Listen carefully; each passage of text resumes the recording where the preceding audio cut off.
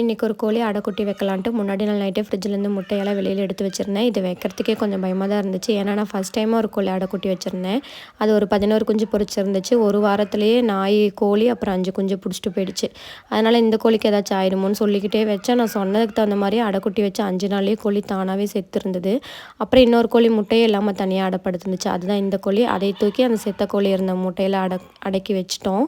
அப்புறம் இது ஒரு 11 குஞ்சு பொரிச்சிருந்துச்சு. அப்புறம் இங்கே வேறு ஒரு 2 கோழி அடைப்படுத்திருக்கு.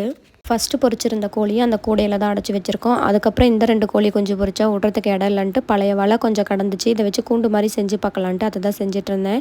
வீடியோஸ்லலாம் கீழே ஏர் ஹோஸு, டயரு அதெல்லாம் வச்சு செஞ்சுருந்தாங்க. எங்கள் வீட்டில் அதெல்லாம் இல்லை. ட்ரிப் ஹோஸ் தான் இருந்துச்சு. சரி இதையே வச்சு சும்மா தானே செஞ்சு பார்க்குறோம் அப்படின்ட்டு செஞ்சிட்ருந்தேன்.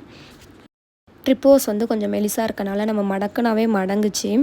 இதையே நம்ம டபுளாக போட்டிருந்தா கொஞ்சம் நல்லா ஸ்டெடியாக இருக்கும்னு நினைக்கிறேன். நான் செய்ய இது என்னோட கூண்டுன்ட்டு நடுவில் சின்னவன் வந்து உட்காந்துக்கிட்டான்.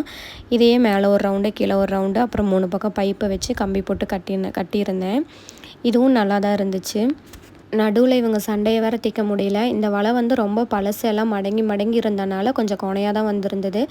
கூண்டுக்கு மேலே வந்து தென்னை மட்டையை கொஞ்சம் வெட்டி போட்டிருந்தேன். கீழே வந்து மண்ணை பறித்து கோழி கொஞ்சம் வெளியே வந்துருச்சுன்னா என்ன பண்ணுறதுன்னு கீழேயும் கொஞ்சம் மட்டை வச்சு விட்டுருந்தேன். அப்புறம் கோழி குஞ்செல்லாம் பிடிச்சி கூண்டுக்குள்ளே விட்டு தீனி போட்டு தண்ணி வச்சாச்சு. ஸ்டார்டிங் ஸ்டேஜில் நம்ம கம்மி காஸ்ட்டில் கோழி வளர்த்தணுன்னா இந்த மாதிரி கூண்டை வச்சு கூட வளர்த்திக்கலாம். இந்த மாதிரி கூண்டை நம்ம செடிக்கெல்லாம் கூட யூஸ் பண்ணிக்கலாம். கோழியுமே நல்லா கூண்டுக்குள்ளே செட் ஆகிடுச்சு. இதுக்கப்புறம் இன்னும் கொஞ்சம் வலை வாங்கிட்டு வந்து இதை விட கூண்டு கொஞ்சம் பெருசாக செஞ்சால் கூட நல்லாயிருக்குன்னு தோணுச்சு. அவ்வளோதான். வீடியோ பிடிச்சிருந்தா ஒரு லைக் போட்டு ஐடியா மறக்காமல் ஃபாலோ பண்ணிக்கோங்க.